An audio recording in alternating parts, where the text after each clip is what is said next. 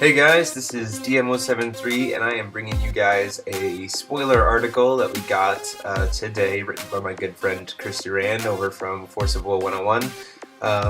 It is talking about more of the wind stuff that is going to go along with Scheherazade, the new wind ruler.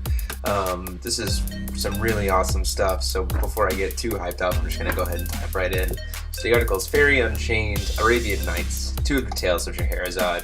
So let's go ahead and start here. We got our first resonator. It's a Alibaba, the Earnest Warrior, 3-drop wind, with an activate ability of tap to draw a card if you don't have a card in your hand. Now, while this doesn't seem so great at first, we forgot that we have Sinbad, the card that does a lot of tweaking with drawing cards outside of your draw phase. This can also be really good pushes for if you're playing against a Kydora deck and you gotta recover your hand really quick. Plus, I mean, a 3-drop 7/7 is nothing to shake a stick at. Like, that's really, really awesome. Plus, just some of the synergy that comes with him is going to be really good. Speaking of, we have Morgiana, the Wise Servant. Part of the Alibaba story is he has this servant who saves his life, works alongside of him, and she synergizes really well with Alibaba as well as a bunch of other cards. She makes it so that whenever you're going to draw a card in a time other than your draw phase, you can actually look at 3 cards and pick one of them instead and then put the other ones on the bottom of your deck. Not only is this great with Alibaba, but this is also going to be an amazing synergy with cards like Cheshire Cat, which let you draw 2, because or Witch's Dagger, which lets you draw 3, because it's just like Sinbad, she's going to trigger for every single draw. So think about it being like with Witch's Dagger, you could potentially look up to 9 cards from your deck and make sure you grab the 3 that you need. That is just amazing for especially only a 1-drop green will. She's a 3/3, so she can even take a hit early on from some rush decks, so that is awesome. Moving right along, Alibaba, Open Sesame, gotta get in there. He has this 2-drop spell. It is a spell chance standby, but its effect is just amazing, and it's probably going to be most likely the first open standby that's going to be used in a lot of different decks. Its trigger is all you have to do is control Alibaba, the Earnest Warrior. Like I said, it's only a 2-drop green will, so it's really easy to cast it. And you get to search your deck for any 2 resonators. That is just amazing. You can search for exactly what you need. You can search for Sinbad, you can search for Cheshire Cat, you can search for, if you're playing Bug, you can play Mephistopheles, or, you know, pretty much exactly what you need. And the fact that it's any 2 is just like getting 2 free cards. And when you're not playing Grim, you know, having that ability to search for what you need is really important, and this is going to actually help a lot of players get away from having to use Grim Fairy Tale kind of stuff, because it's any resonator, and it's any 2, and it's just a really quick cast. It's going to be just amazing. So I'm really looking forward to seeing this card get used a lot. I'm hoping it's going to push players away from playing as much Grim as I've been seeing in my locals, just because everyone's so hyped up about the consistency. Well, here's a card that's going to make it so that we have other ways to get that consistency without being so committed to just playing Fairy Tales. So this was an awesome addition for this set. Now, however, we're going to have some, you know, some continuation of the story. We have the 40 Thieves. It is a 2-drop red story human. Basic little 4/4 for 2. That's pretty good considering how a lot of our 2-drops are still like 300s. So 4/4 is not bad, but its enter effect is the awesome part. Draw 2 cards, then discard 2 cards. Being able to kind of pitch bad cards after a mulligan, draw deep into your deck for a low cost, like all of that is really good stuff. And it's gonna just synergize really well with other things too, because you'll be able to, like, again, if you're playing Sinbad with 40 Thieves, like, this could turn into, you know, a big push, and just anything that helps you draw into your deck is really, really good, especially if you're, you know, not wanting to, like I said, not wanting to play Grim, or playing a list that doesn't really involve any kind of draw engine, or doesn't want to play water, like Cheshire Cat. This is going to give you a way to be able to dig into your deck without having to be so dependent on water, so I'm all for that.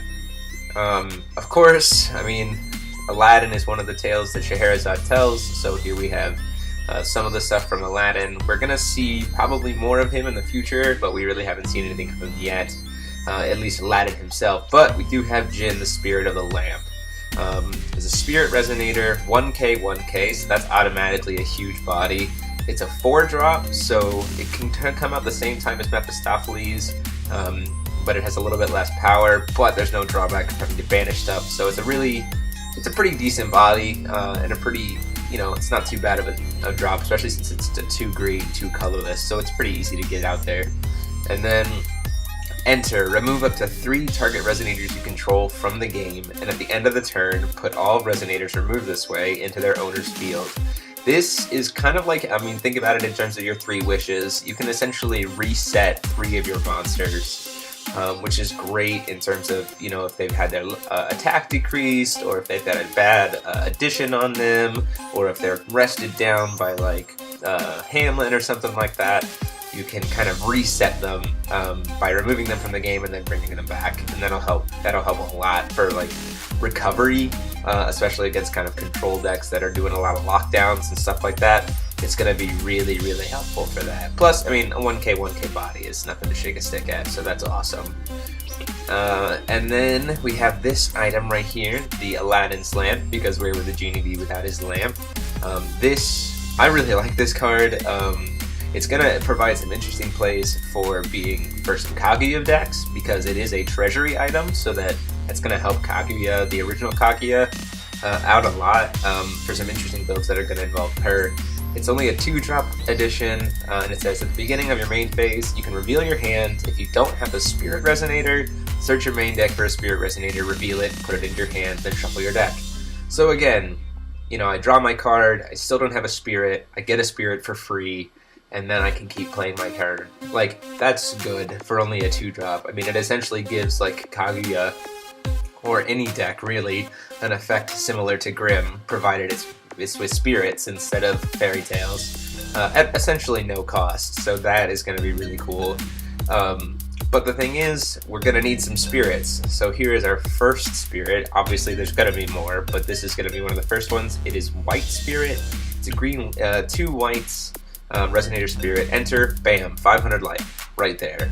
We don't have really much recovery in this game right now, and there's some worries that some of the Cthulhu stuff and stuff like that is going to make it so that losing life is going to happen pretty quick, so you're going to want to be able to recover life. This is also going to be great with the new Pandora deck, in the fact that, she loses life in order to flip over to Grimmia, so then you can recover your life with things like White Spirit. So just, a 2-drop, 5/5, so that's on par with like Glinda and stuff like that had a little bit heftier drop for a 2-drop, as well as just bam, you get 1/8 of your total life points back every single time you play this. So that is awesome. It's gonna make playing against Burn a lot easier, because you're gonna be able to just essentially negate a Thunder, so worth of damage, and get a body in the process. Like, that is awesome.